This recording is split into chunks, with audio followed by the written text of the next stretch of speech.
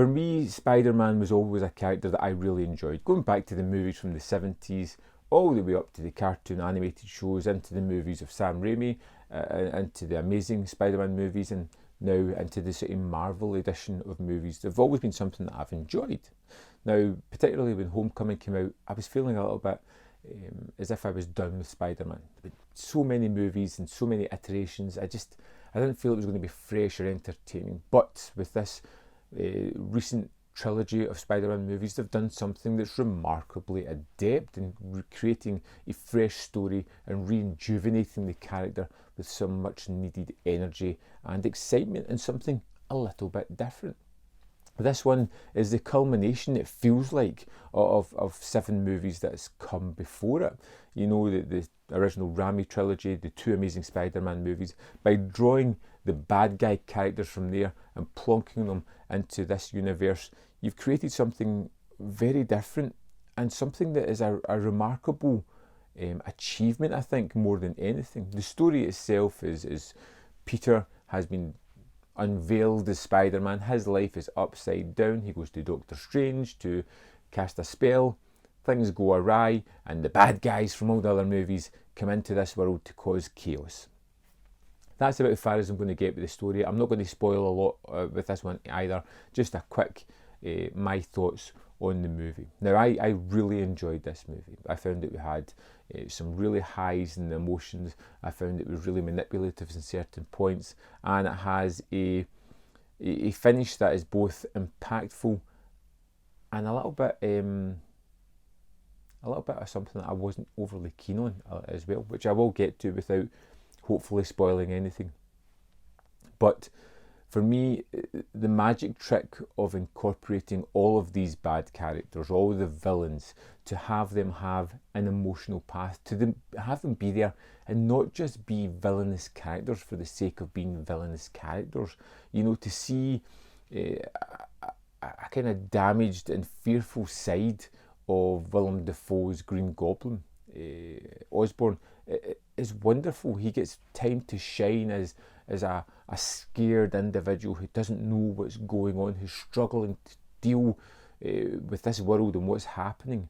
The realisation of all the villains that they were pulled from their time just as they were about to die, and to understand that what they were doing was leading towards their death was a really interesting aspect on this. I found it to be a really worthwhile experiment that has no right to have been done as well as it is, to incorporate all these characters and to give them all the time and space to have multiple characteristics, to create real characters who have points that you like and points that you dislike, to give you 3-dimensional villains that you can understand yet still hope that they get defeated. It is a wonderful balancing act that I'm still not sure quite how they did it. To be honest, there's not much about this movie that I can really fault, other than the complete ending of it, that feels like a way to almost reboot the entire series again, you know, which gives a little bit of short service to everything that's happened prior to that. And I'm being particularly vague because I don't want to go over into exactly what I'm going on about. Maybe I should do a spoiler one after this, I suppose, and talked about the things that I really did enjoy about this. But for me, it builds up emotional moments and it has payoffs for them as well. This isn't a world where everything is rosy and cheery like it has been for the past couple of Spider-Man movies. There are real debts to be paid here, losses to be had, and things to be sacrificed, which the movie ultimately does, whether it be with our Spider-Man character or whether it be with any of the villains. Things have to change, and there are going to be redemptions as much as there are deaths and despair in amongst this Spider-Man movie. I am really surprised at how well this seems constructed. It almost seems as if it had been planned out from the start, and I think it's accomplished remarkably well. so many moments where I was just smiling, enjoying what was going on, surprised a little bit. Most of them had already gone, but I won't be spoiling them here.